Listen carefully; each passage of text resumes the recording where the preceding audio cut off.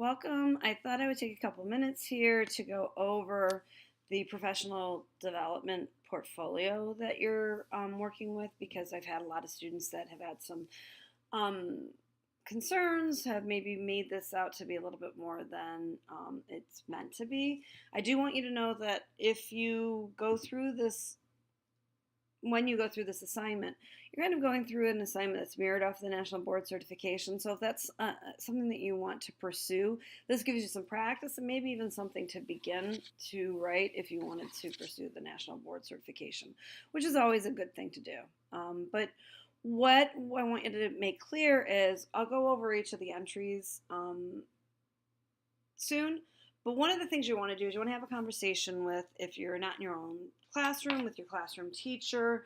If you are in your own classroom and maybe with your with the classroom teacher whose classroom you're in, you also want to speak with the principal. But what you want to make sure is you want to see what the the district's policies might be about the use of student work. A lot of times you will be fine as long as you, under district policy, as long as you remove any identifying information from the work. The recordings might become more problematic. I've had a couple of people who have gotten permission to do an audio recording over a video recording, and that's fine with me. So I'm going to move that. In fact, for next semester, this is the first time we've gone through this way. Next semester, I'm going to go and I'm going to say recording so that it can be a video or an audio recording.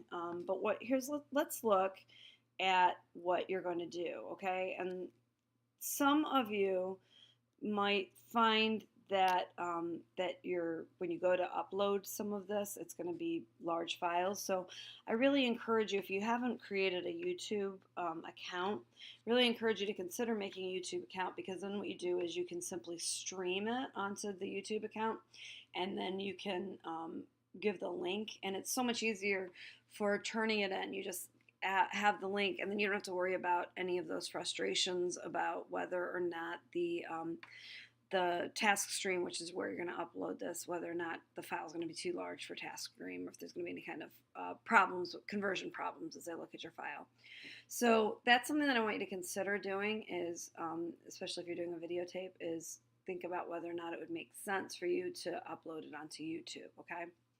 All right, so let's look at what you need to do. So the first thing you need to do is you need to pick an assignment that elicited some information about your students, which hopefully almost everything you do with your students is. We'll do this. You can choose up to 3 students. So that's where your permissions too. If your principal says, yeah, you have to have explicit permission to do this. What's nice is you don't have to have everybody's permission. You need like 2 people's permissions. 2 to 3 people. I don't want more than 3 in this section, okay? So what you're going to do is you're going to do some kind of an assignment with your students, and then you're going to keep the work product and the artifact. And you're going to use that artifact to help you to explain what you learned about your students through this, okay? So you'll find the artifact or artifacts, and then what you're going to do is you're going to write. And I want to make it clear that you don't have to give me like an artifact that demonstrates your superior teaching. What I'm looking for is your ability to analyze. So for your ability to take in the information. So if you had this wonderful objective in this assignment where you were hoping that your students were going to be looking at, sequencing of a narration, and you realize that they really aren't able to sequence it, and you realize that as a result of the worksheet or the drawing assignment that you have them do after the reading of the narrative, that's okay. That's fine, because what you'll see is in the written response, it's more about how you can take that information, use that information, and make planning choices with that information, okay? So that's your first entry. Kind of catch a few students' work products and do some analysis. What does it tell you? What surprises did you find? How does this match up with what you were trying to do as a teacher? Okay, so that's entry 1. Entry 2 is the one that I think is causing a little bit of stress because of the recording, and perhaps by allowing an audio recording that has eliminated some of that stress for you.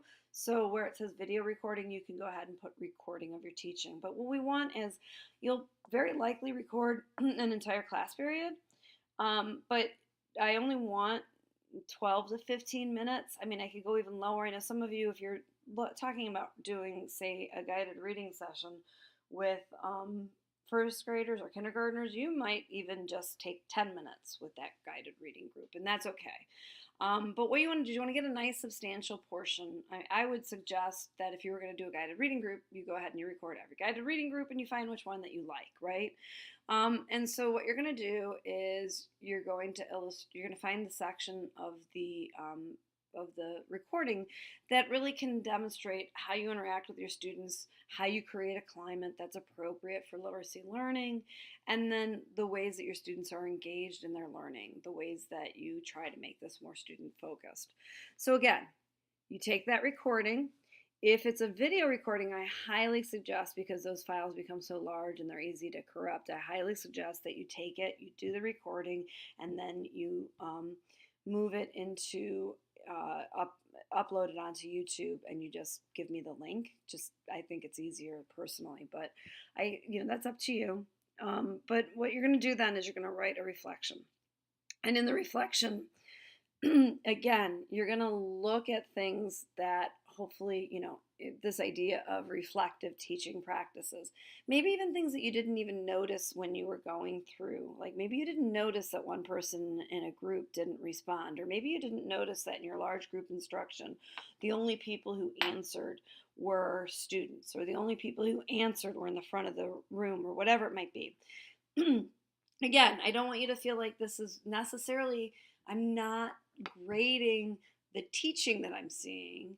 I'm looking for your ability to take in the data from the recording and sort of make some informed decisions and some strong analysis of your teaching and of their learning. Okay, and then the last one I think you'll find the easiest. You're going to provide evidence of ongoing professional development and leadership. You can look at materials that you shared with other teachers or faculty. If you presented a video or a photograph of you presenting some of your materials. You can use student samples that demonstrate how you applied knowledge or skills gained in professional development. So let's say you took a reading, like you used a reading in this course, and you designed a lesson around that, or you designed a worksheet or a graphic organizer around that. You can include that, okay? You can talk about a video of a PLC meeting, or maybe you have a meeting notes from that. Maybe there's a PLC form that you use. Materials that you wrote that have been published professionally, either online, if you have a teaching blog, something like that, in print. So it's pretty wide open, and there's probably things that I'm not thinking about. But again, what the idea is, part of this program is we're trying to make sure that we are developing candidates who are developing their skills, not just to keep them in their own classroom and close the door, but so that they can be part of a larger conversation. So that could be that you're beginning the conversation, you're sharing with others, that's one way, or that you took something in, say from a professional development, and that you brought it into your classroom. So it's this idea that your classroom is engaged in a broader community of educators, either because you're sharing outward or you're taking in, okay? So then when you look at the rubric, I can pull up the rubric. When you look at the rubric, you can see I'm looking for these 3 or 4 categories: little to no evidence, up to clear, consistent, and convincing evidence, okay? So I want you to think about that, and you can look through these, and you'll see with each one, there's this idea that you're able to appropriately analyze the information that you get. And then there is another component where we're looking at things like your ability to use controlled language, professionally appropriate language, that the materials that you present are professional, things like that. So I hope this offers you a little bit of guidance. Big takeaways here is we can be somewhat flexible if the audio recording is becoming problematic. then we can go to, or the video recording, you can go to an audio recording. I know that there's, different districts have different rules about the use. I think now because of all of the RESA stuff, there's probably some mechanism in the schools for you to be able to do this, because it's really, if you think about it, and this is the argument you can use with your principal, it's really not that different than a resident educator who has to do all of those things for the RESA program. So that's the one takeaway. Second takeaway is, don't feel like this has to be your perfect example of your teaching. It's really about your ability to take information, data, qualitative and quantitative, and analyze that data and then make good choices based on that analysis. So, all right, please, as always, feel free to shoot me an email if you are uncertain, and good luck with this. Take care.